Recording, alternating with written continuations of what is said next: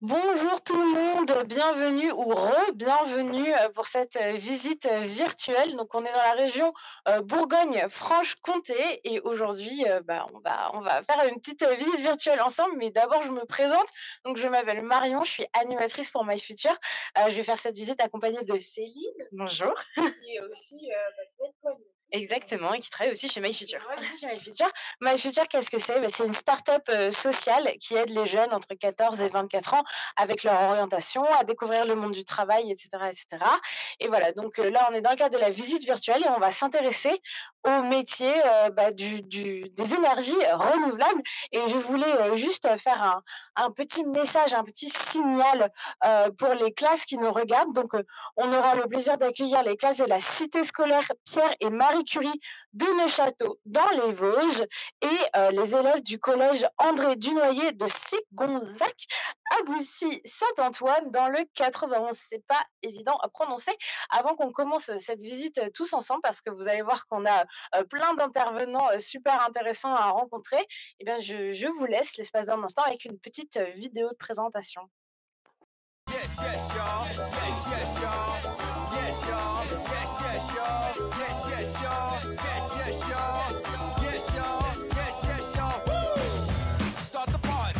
Celebrate. I'm sick of nonsense. I wanna elevate from the familiar feeling. Pick up my roll. Stress keeps building. It's about to blow.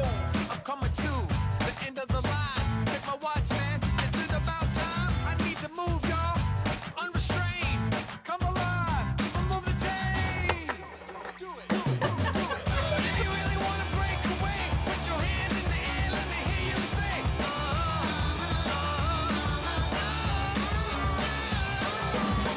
If you wanna be loose and free, you can be anybody that you choose to be.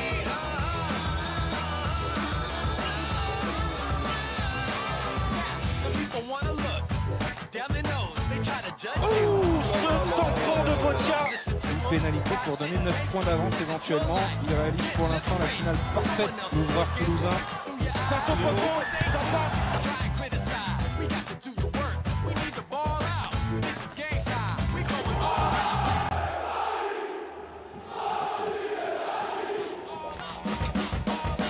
If you really wanna break away, put your hands in the air. Let me hear you say,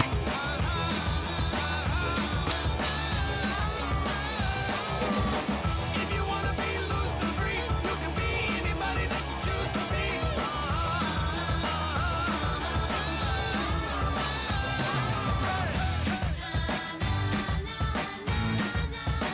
Come on, sing it. Yes, yes, y'all. Yes, yes, y'all. Yes, yes, y'all. Yes, yes, y'all. Yes, yes, y'all. Yes, yes, y'all. Yes, yes, y'all.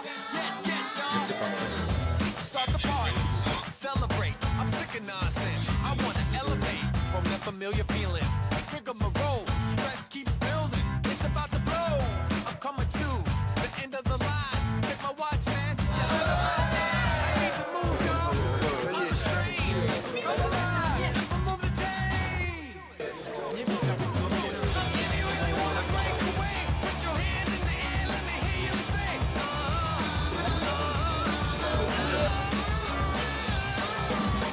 If you wanna be loose and free, you can be anybody that you choose to be.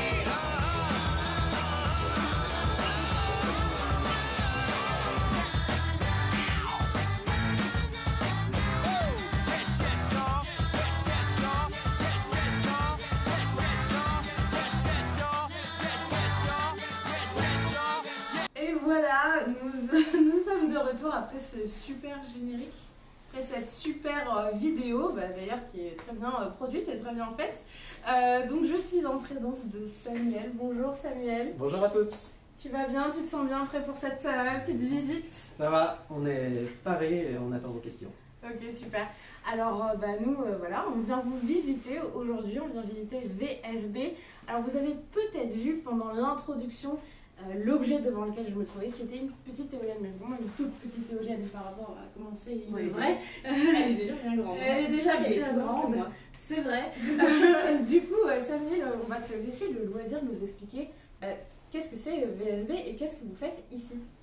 Ça marche. Eh bien, en fait, VSB, ça veut dire vent, solaire et biomasse. Et en fait, on est un acteur majeur dans les énergies renouvelables. Ok. Donc, on produit de l'électricité à travers les éoliennes, les panneaux solaires, entre autres. Et la biomasse, on n'en fait pas. Alors, qu'est-ce que c'est la biomasse juste? Alors, la biomasse, qu'est-ce que c'est? C'est la transformation de chaleur vers de l'électricité. Donc, Ok. vous avez dans les fermes des fois du gaz produit par les vaches, le méthane qui est transformé en électricité, ou alors les arbres qui sont coupés et mis dans des grosses chaudières pour faire de l'électricité. Ça, Ok. aujourd'hui, on n'en fait pas. Mais voilà, on fait le vent et le solaire, donc on a gardé les deux premières lettres du nom, mais on s'appelle toujours VSB. VSB, voilà, on est donc un acteur majeur. Vous existez depuis combien de On temps? existe depuis 20 ans, vous l'avez peut-être vu, c'était la petite vidéo des 20 ans justement, on fait notre petit anniversaire. Félicitations. Merci. Et puis on est un peu sur tous les échelons de la chaîne de la création jusqu'au démantèlement en fait chez VSB, donc ça veut dire qu'on va Alors, démarrer. il faut que tu nous expliques ce que c'est création, démantèlement. Voilà. quoi, ça Alors en fait, quand est-ce qu'on installe un parc éolien ou un parc solaire? Eh bien, la première chose, c'est qu'on va développer un projet avant que ça arrive. Ça va durer plusieurs années, ça peut durer jusqu'à 10 ans en France. Ok. C'est très très complexe à faire en France. Donc on a beaucoup d'équipes et je détaillerai un peu après tout ça avec mes collègues qui vous feront une présentation aussi.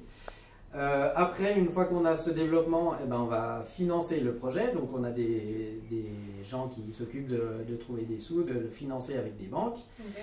Après, on a une partie qui va construire le parc. Et une fois qu'il est construit, on va l'exploiter pendant les 20 ans. Alors le parc, c'est là où vous installez. Alors, ce qu'on appelle parc, pour une éolienne, enfin pour un parc d'éoliennes, c'est plusieurs éoliennes qui sont espacées de quelques centaines de mètres jusqu'à quelques kilomètres. Et pour un parc photovoltaïque, ça peut être au sol, dans des anciennes carrières, dans des anciennes déchetteries. Ça peut être sur des ombrières, sur des toitures. Voilà, il y a plusieurs types de... Photovoltaïque pour les plus jeunes d'entre nous. Photovoltaïque, pardon, on crée de l'électricité à partir du soleil. Et l'éolienne, donc à partir du vent. Voilà, donc si jamais vous avez vu par exemple sur des toits de maisons ou des grands champs avec des espèces de panneaux un peu foncés qui brillent un petit peu de loin, c'est ça en fait, c'est l'énergie photovoltaïque. Voilà. Exactement. Et pour finir sur nos activités, donc on va exploiter tout ça pendant 20 ans. Et qu'est-ce qui se passe, ou 30 ans? Et qu'est-ce qui se passe à la fin? Eh bien, on va tout démanteler. Donc, on va tout enlever et remettre comme à l'identique. Et donc, on a des équipes qui sont chargées de ça également. Alors moi j'ai une question, pourquoi est-ce que vous démantelez en fait du coup? Alors, la première chose, c'est parce que les machines, elles s'usent, Ok. elles se fatiguent. Donc, elles ont une durée de vie. Comme à peu près tout maintenant, tout a une durée de vie. Et pourquoi on les démantèle? Parce que déjà, la législation nous l'impose. Mais aussi parce que si on laisse les éoliennes pourrir sur place, c'est pas très beau. Voilà, ça rouille. On voit de temps en temps des photos qui ne sont pas en France, mais ça existe dans le monde. Et en France, on a évidemment l'obligation de le faire. Ok. On a des questions, des remarques dans le chat? Oui, alors j'ai pas tous les noms en tête, mais en tout cas tout le monde a trouvé le générique très stylé, Mélissa75, GG qui trouve que la vidéo de présentation donne envie. Il me demande, c'est pas EDF l'électricité. Voilà. J'ai en tout cas beaucoup de commentaires, donc merci à tous de participer. Je suis là pour relayer vos différentes questions, donc n'hésitez pas, je les poserai en direct avec Marianne. Plus vous interagissez avec nous, le mieux c'est, parce qu'on peut vous apporter le plus de réponses possibles. Et en plus, vous allez voir que, outre Samuel, il y a plein d'autres personnes de VSB qui sont là pour répondre à vos questions et vous apprendre plein de choses, et nous apprendre plein de choses aussi. Alors Samuel, moi j'ai juste une question. Toi, qu'est-ce que tu fais chez VSB? Alors moi je suis ingénieur exploitation, mais ça je vous le présenterai peut-être un petit peu plus tard. Ok. Là je vais passer la main à Gaëtan, mon collègue, qui est en charge de la première étape quand on monte un projet, ça veut dire qu'on va le développer. Ok. Et là il va vous expliquer tout ce qu'on fait, enfin en tout cas tout ce qu'il fait ou tout ce qu'on fait chez VSB pour le développement. Ok. Et ben on va parcourir la grande distance C'est qui ça. nous sépare de Gaëtan. Donc Gaëtan, enchanté. Bonjour à tous. Ça va, tu es prêt, détendu? Ça va, je suis Ça va aller? prêt à répondre aux questions, Ok. à expliquer qu'est-ce que je fais tous les jours, Ok. etc. Et bah écoute, je te passe la main, vas-y, explique-nous. Et bah donc moi je m'appelle Gaëtan, j'ai 25 ans, ça fait maintenant 1 an que je travaille chez VSB, donc moi je suis chargé donc, du développement des projets, comme a expliqué un peu plus tôt Samuel. Donc qu'est-ce que ça veut dire? Ça veut dire que moi je suis un peu au tout début des projets. Alors qu'est-ce que c'est que mon travail? Ça va être d'aller rencontrer les maires, voilà, toutes les mairies, etc., pour leur proposer de faire un projet éolien sur leur commune. Alors à ce moment-là, il y a souvent beaucoup de discussions, voilà, on discute avec le maire et avec tout le conseil municipal. Donc le maire, il s'entoure toujours de beaucoup de gens pour prendre les bonnes décisions dans sa ville ou son village. Et à ce moment-là, il nous donne ou pas l'autorisation de continuer en tout cas un projet éolien. Alors une fois qu'on a l'autorisation du maire, moi je dois aussi aller voir tous les gens à qui appartiennent les terres. Donc ça peut être des agriculteurs, ça peut être aussi des projets qui sont en forêt, c'est des choses qui existent de plus en plus aujourd'hui. Donc ça peut être ceux qui gèrent la forêt, etc. Et l'objectif, moi, c'est de rencontrer tous les propriétaires et de recueillir toutes les autorisations des propriétaires pour pouvoir continuer le développement du projet éolien. Ok. Donc ça, c'est vraiment là, beaucoup de choses d'un coup, ouais, mais beaucoup d'interlocuteurs. Et c'est vrai que donc, dans mon métier, moi, au quotidien, je me déplace beaucoup, je suis tout le temps sur le terrain, dans les petits villages, à rencontrer, c'est souvent des agriculteurs, des gens, voilà. Donc différents propriétaires, et voilà, un peu. Et alors, je me demande, bon, évidemment, on est un peu plus habitué maintenant aux énergies renouvelables, etc. Mais est-ce que généralement, quand tu vas démarcher les gens, ils sont déjà acquis à ta cause? Ou il faut que tu les travailles un petit peu encore Bah, disons que, ouais, de base, moi, ça m'arrive que les gens, ils connaissent très mal le sujet, en fait, parce que c'est un sujet qui est compliqué, il y a plein de questions qui se posent, pourquoi vous viendriez mettre des machines chez nous, etc. Donc c'est normal, c'est des questions qui sont tout à fait légitimes. Et donc moi, mon but, c'est d'apporter des réponses à ces questions. Et c'est parfois pas facile en regardant sur Internet, en voyant les reportages. Aujourd'hui, il y a tellement d'informations qui nous arrivent que c'est pas toujours facile de faire le tri. Et donc moi, mon rôle, c'est un peu d'amener les bonnes réponses et que les gens puissent prendre leurs décisions, voilà, en ayant au moins les bons éléments. Et pas ce qu'on peut entendre un peu partout, à droite, à gauche, sans trop savoir ce qui est vrai du faux. Ok, j'en profite, j'ai reçu un micro. Ah super. Et du coup, Gégé me demande quelle est ta formation, enfin quelle formation as-tu eu?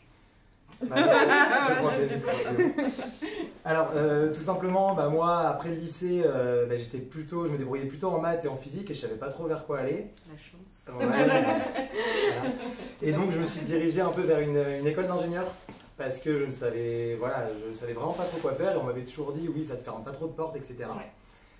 Et donc, après, j'ai fait mon école d'ingénieur, etc. Donc, avec une prépa intégrée. Donc, voilà, c'est des classes préparatoires de maths et de physique pour après arriver en école d'ingénieur. Voilà, c'était pas le meilleur moment des études, mais bon. Et ensuite, j'ai fait un stage en fait dans le photovoltaïque qui m'a beaucoup plu. Et c'est donc un peu à ce moment-là que j'ai eu le déclic, où j'ai voulu travailler dans ces énergies, qui me semblent importantes aujourd'hui. Et c'est un peu pour ça qu'après j'ai fait une option énergie-environnement, que j'ai fait mon stage dans l'éolien, et que voilà, à l'issue de mon stage, je me retrouve chez VSB Énergie à travailler dans le développement de projets éoliens. Et c'était dans quelle région? Tu as étudié où? Moi j'ai étudié à Angers, à l'USEO. Ok, voilà. D'accord.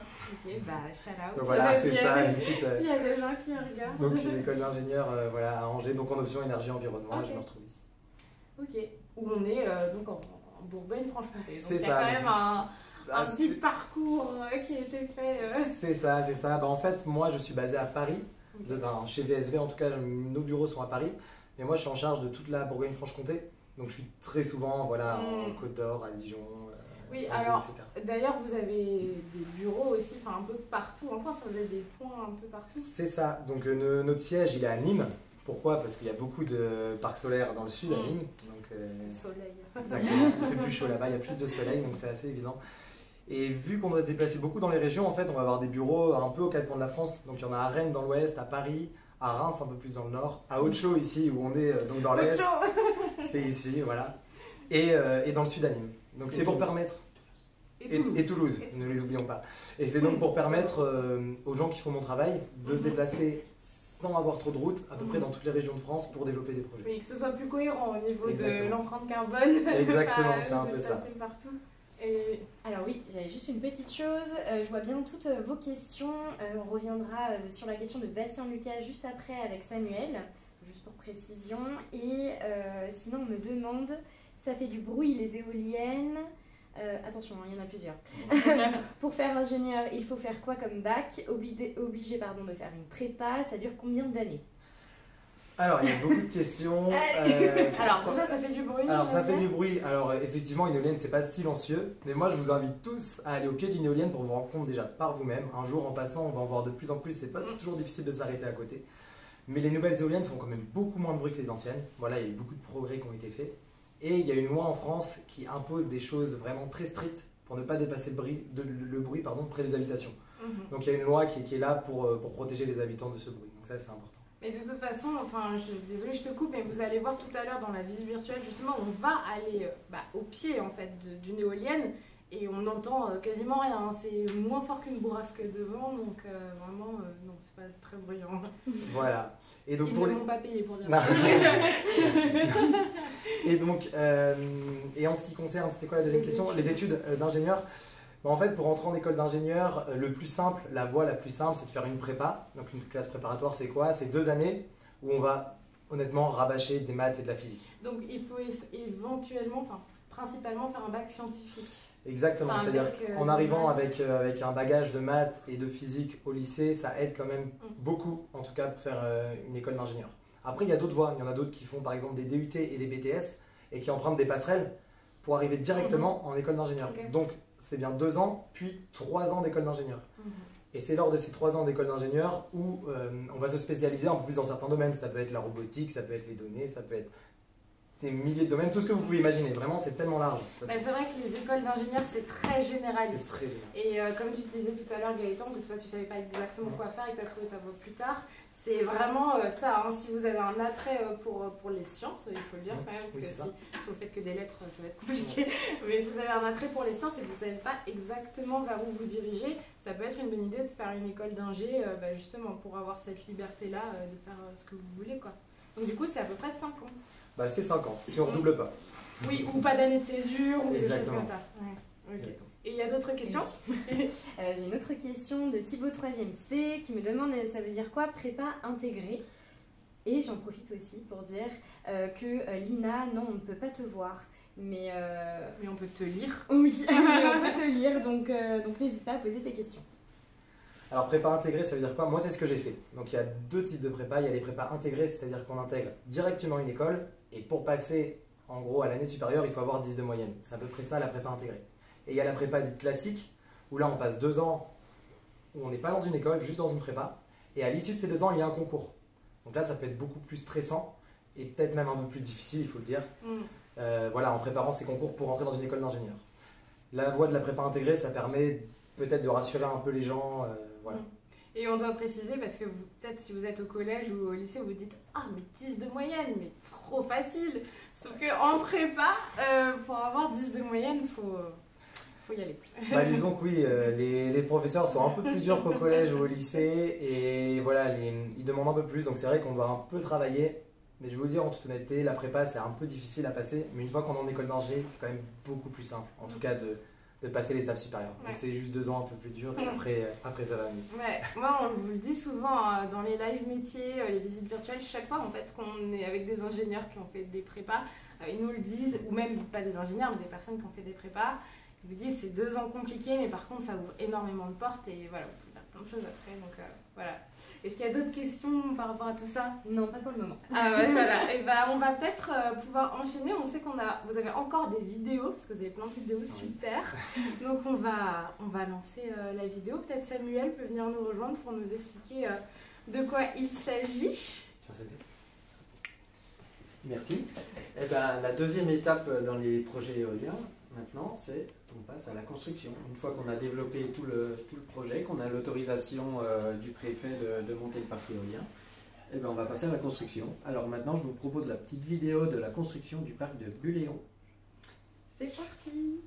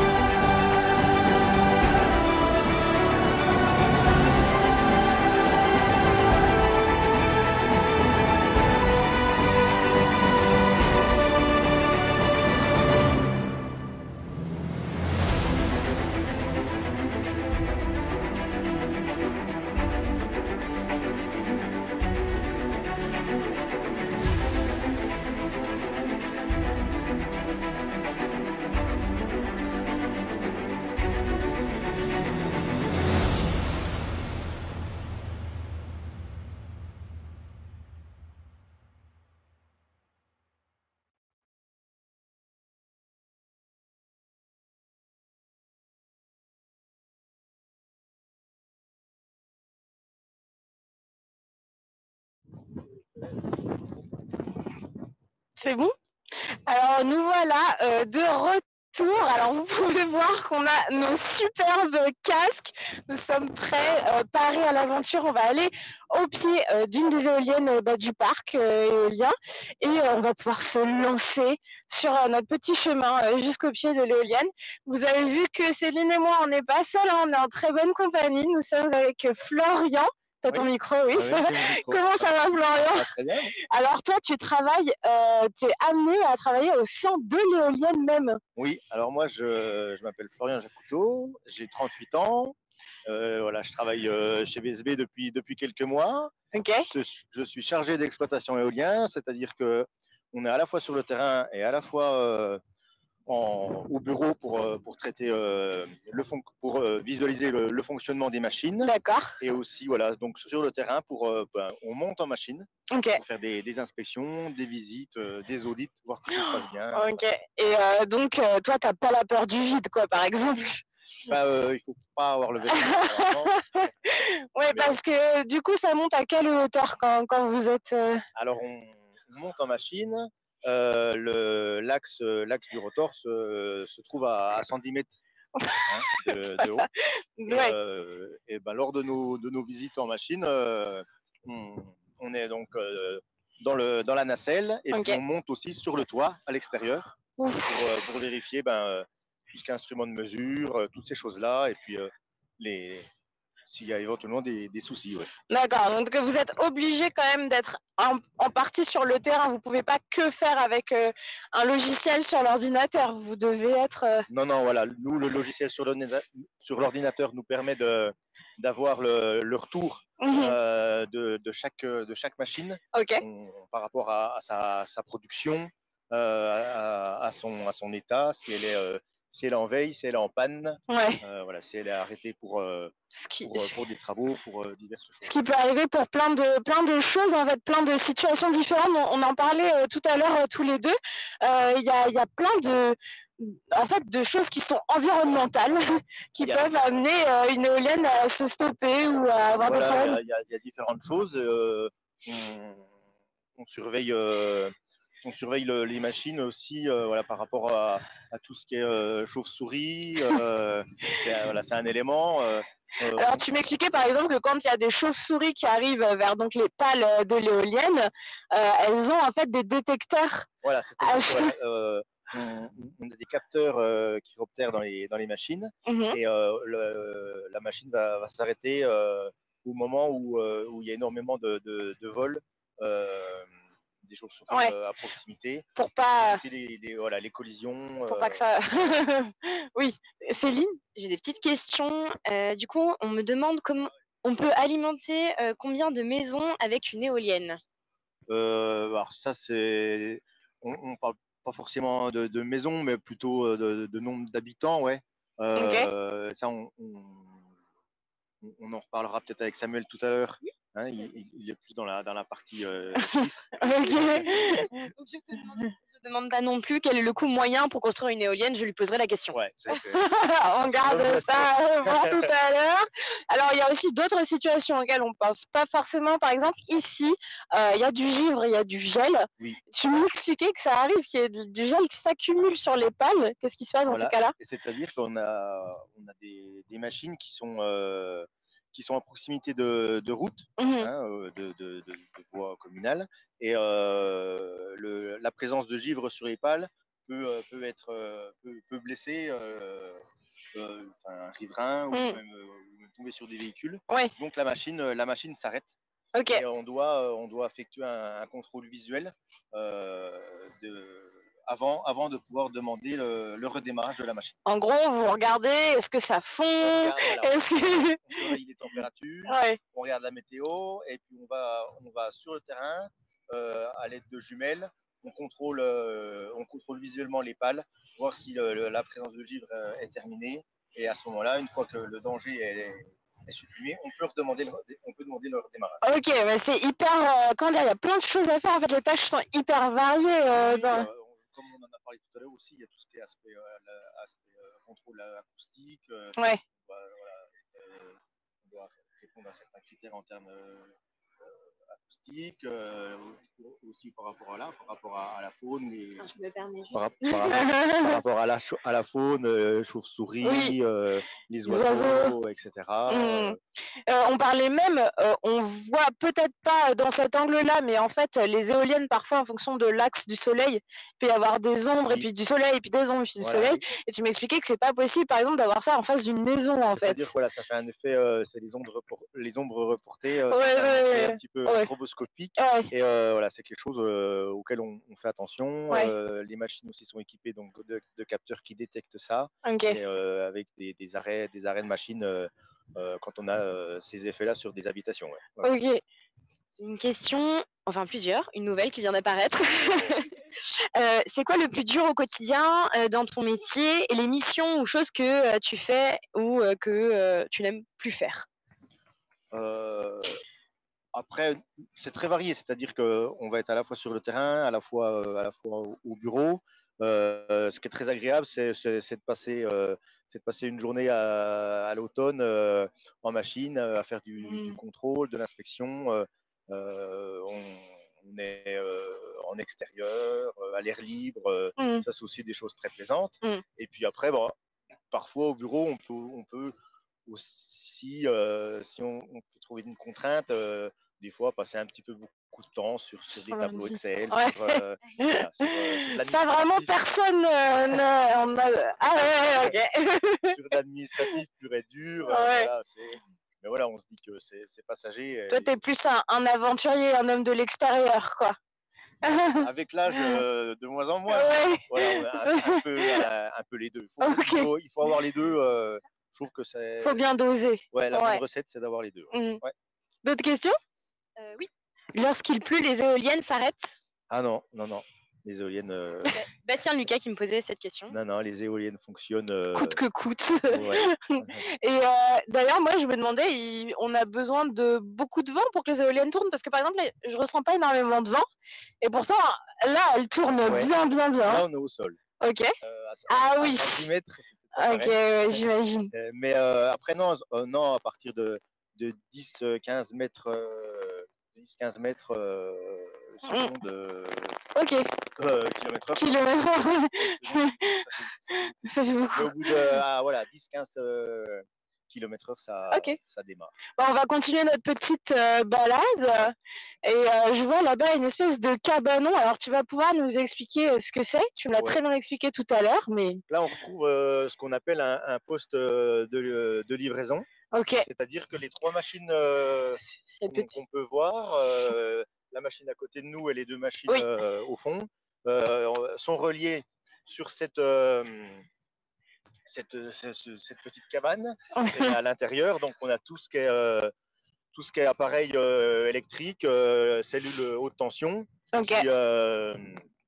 qui, on va dire, qui collecte l'électricité.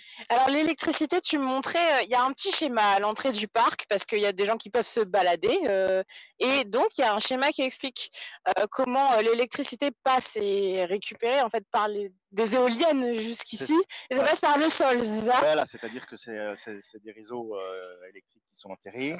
Les éoliennes sont reliés à ce poste de livraison. Lui-même relié après chez ce qu'on appelle le poste source. Donc là, on est chez EDF. Ah voilà, bah voilà. Et, là, EDF. Et après, EDF redistribue via son réseau de distribution. C'est les pylônes avec les câbles électriques qu'on voit à travers champ, quoi. Ouais. Ok, bah alors merci pour cette explication. On a des questions par rapport à ça? Ou tout le monde a compris, c'est bon, on va pouvoir continuer? Bon, mais je te dirai ça dans quelques minutes. Ok, bah justement à propos d'électricité, on va pouvoir aller, on va pas avoir le droit d'aller aussi loin que toi, mais on va pouvoir quand même s'en approcher. Alors moi je suis très contente d'avoir cette opportunité, je sais pas toi Céline, mais moi je suis comme une gosse. Oui, oui, non mais clairement, mais je pense qu'on n'a pas le droit parce qu'on n'a pas l'équipement nécessaire, il me semble. Hein. On n'a pas le droit parce que, en fait, c'est surtout qu'il faut être habilité. Voilà, on est en présence de tension. Hein. On n'est pas sur la tension qu'on retrouve dans sa maison d'habitation. on est sur des valeurs un peu plus hautes, avec un danger quand même beaucoup plus beaucoup plus présent, quoi. Hein. Donc, Ouais. on est habilité électriquement à pouvoir rentrer dans la machine. Bah, vous pourrez rester que sur le pas. C'est déjà pas mal, hein, franchement. Je me pose la question par rapport au casque. Et bah oui, pourquoi ce casque d'ailleurs? Le casque, parce qu'on est quand même sur, voilà, au pied d'une machine tournante. Ok. On ne sait jamais, il peut y avoir des projections, il peut y avoir. Ok. Il reste un morceau. Se recevoir une chauve-souris. Un morceau de- J'ai vu ici qu'il y avait un. J'aime beaucoup les casques. Hein. J'en ai porté pendant longtemps, oui. Sur les visites virtuelles. Et du coup, je me demande, parce que on dirait que tu as une petite lumière en haut. Oui, on a la petite lumière parce que quand on est en visite dans la machine, on va regarder un petit peu dans des zones qui ne sont pas forcément éclairées, sous la boîte à vitesse de la machine, un petit peu dans des endroits, ouais, c'est ça, qui sont. On ne voit pas. Oui, il faut la petite lumière, quoi. Oui, moi j'aurais cru que tu faisais des visites nocturnes, peut-être. De l'éolienne. Je sais pas si on peut voir. Moi, franchement, normalement, j'ai pas le vertige, mais là, juste de regarder tout en haut, bah, ça me donne un peu le vertige, j'avoue. Et il faut se dire que, en fait, Florian, il monte là-haut, il monte tout là-haut. Donc, vous imaginez un peu la vue et la hauteur que ça fait. Alors, pardon, je me décale un peu. Hop, on y est. Donc, je vais pas pouvoir avancer plus que ça. Là, on se retrouve on part à l'intérieur de la machine. Bonjour de loin. On retrouve un ensemble d'armoires électriques avec l'armoire principale, la cellule haute tension. Voilà. L'énergie électrique de la partie haute est vraiment voilà, collectée ici et à partir d'ici redistribuée au poste de livraison. Est-ce que tu peux nous dire un peu la tension là, jusqu'à où ça monte, jusqu'à combien ça monte? Ah bah là on est en production, là on est on va dire en intensité, on est sur des valeurs, on est sur du 40 ampères par phase. 40 ampères, je sais, pour les personnes qui font de la physique-chimie, qui ont leur cours bien en tête, je ne sais pas si vous vous rendez compte, mais c'est énorme, c'est énorme. Tout à l'heure, on avait des valeurs de 20 000 volts, des trucs comme ça. C'est vraiment gigantesque. Alors moi, je me posais la question, Florian, qu'est-ce que tu fais comme étude pour en arriver à travailler dans ce milieu? Quel a été un peu ton parcours? Alors, pour ma part, moi j'ai fait donc des études techniques, donc un bac électrotechnique, un bac technologique électrotechnique, et ensuite un BTS mécanique automatisme industriel. Et ensuite, après, moi j'ai travaillé pendant une petite quinzaine d'années dans la partie courant faible, c'est-à-dire en électricité, mais plus sur des systèmes d'alarme, des systèmes d'alarme incendie, des systèmes d'alarme intrusion, ces choses-là. D'accord. Et voilà, j'ai intégré VSB depuis quelques mois. Ok, et du coup, je te demandais qu'est-ce qui a fait que tu t'es réorienté vers les énergies renouvelables, pourquoi? Ouais, moi j'ai eu une envie à l'aube de la quarantaine de changer un petit peu de domaine d'activité, rester dans la partie technique, avec l'envie un petit peu de découvrir autre chose, et puis retrouver aussi proximité avec mon lieu d'habitation. Moi j'habite à 2 km d'ici. Ouais. C'était un choix aussi dans mes recherches, ouais. Oui, mais t'es bien en plus, hein, 2 km d'ici, ça doit être le même genre de décor, ça doit être bien joli. Donc tu disais que voilà, on parlait de l'avenir en fait de cette profession et de ce milieu des énergies renouvelables. Et comme tu le soulignais, VSB c'est une entreprise très jeune. Les énergies renouvelables c'est quand même très récent, cette prise de conscience qu'on a. Donc voilà, je te laisse continuer sur ça. Voilà, j'encourage la jeunesse à se pencher sur ce sujet et puis à découvrir ces métiers-là. Il y a des choses à faire et il y aura du travail, ça c'est sûr. Et ben voilà, vous l'avez entendu ici, pas en premier, mais vous l'avez entendu, parce qu'on vous l'a dit pas mal de fois que c'était des milieux qui recrutaient en fait, hein, tout simplement, qui étaient assez intéressants. Et puis je pense qu'on allie justement des défis à relever dans le travail et en même temps, c'est pour une cause qui est quand même importante et qui est quand même utile pour le bien de tous, donc c'est quand même chouette quoi. Écoute, en tout cas, merci beaucoup Florian, c'était vraiment top, ça m'a trop intéressé, je sais pas à vous, mais alors moi j'étais comme une gosse. Alors voilà, on est de retour, c'est bon. Merci d'avoir patienté. Donc je disais au revoir en fait, merci vraiment à Florian. On allait faire revenir, à bientôt, on allait faire revenir Samuel. Donc Samuel qui peut rentrer dans le champ. Donc Samuel, on va conclure avec toi. On a commencé avec toi et on va conclure avec toi. Alors tu as gardé le mystère pendant un moment sur tes activités chez VSB. Et est-ce que tu peux nous expliquer ce que tu fais? Alors vraiment en 2 mots pour conclure, moi je m'occupe de la partie beaucoup plus contractuelle de la gestion des parcs éoliens. Donc une fois qu'ils sont montés en exploitation, on va les faire vivre pendant 20 ans. Donc moi j'ai à charge toute la partie contractuelle, la facturation et toutes les choses. Donc je travaille en binôme avec Florian, que vous avez vu juste avant. D'accord. Voilà, en quelques mots. Et il faut faire quoi comme type d'études? C'est du droit? C'est du Alors, commerce? pas du tout. Moi, parcours vraiment atypique. Je viens de l'aviation. J'ai fait des études dans l'aviation, dans la maintenance. Après, j'ai travaillé beaucoup. J'ai fait 8 ans dans la maintenance des éoliennes. Je suis passé par le poste de Florian et maintenant, je viens d'atterrir. Ah, donc toi aussi, tu es habilité si ça, jamais. C'est ça. Et puis là, ça fait 1 an donc, que je suis ingénieur exploitation au sein de VSB. Et qu'est-ce qui t'a amené à travailler? Pourquoi l'aviation? Pourquoi ensuite? Alors, l'aviation, j'étais passionné d'aviation. J'étais passionné de maintenance. Donc voilà, j'ai fait mes études à Lille, enfin à côté de Lille, après à Toulouse, j'ai travaillé en Bretagne, et puis je voulais revenir en Franche-Comté. Donc j'ai commencé par un poste de technicien de maintenance dans les éoliennes.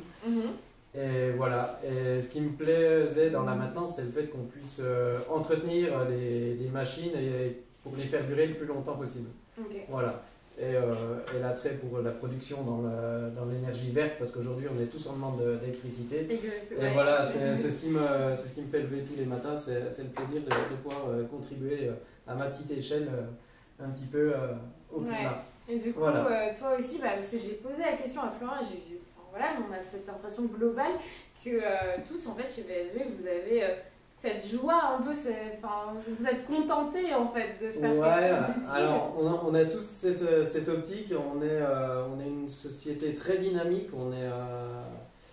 quand je suis arrivé il y a 3 ans, on était à peu près 70, aujourd'hui on est plus d'une centaine, et il y a un très très fort recrutement, et au-delà du diplôme qu'on peut avoir, des études qu'on peut faire, ce qu'on recherche surtout chez VSB, c'est des belles personnes qui veulent s'impliquer dans cette démarche.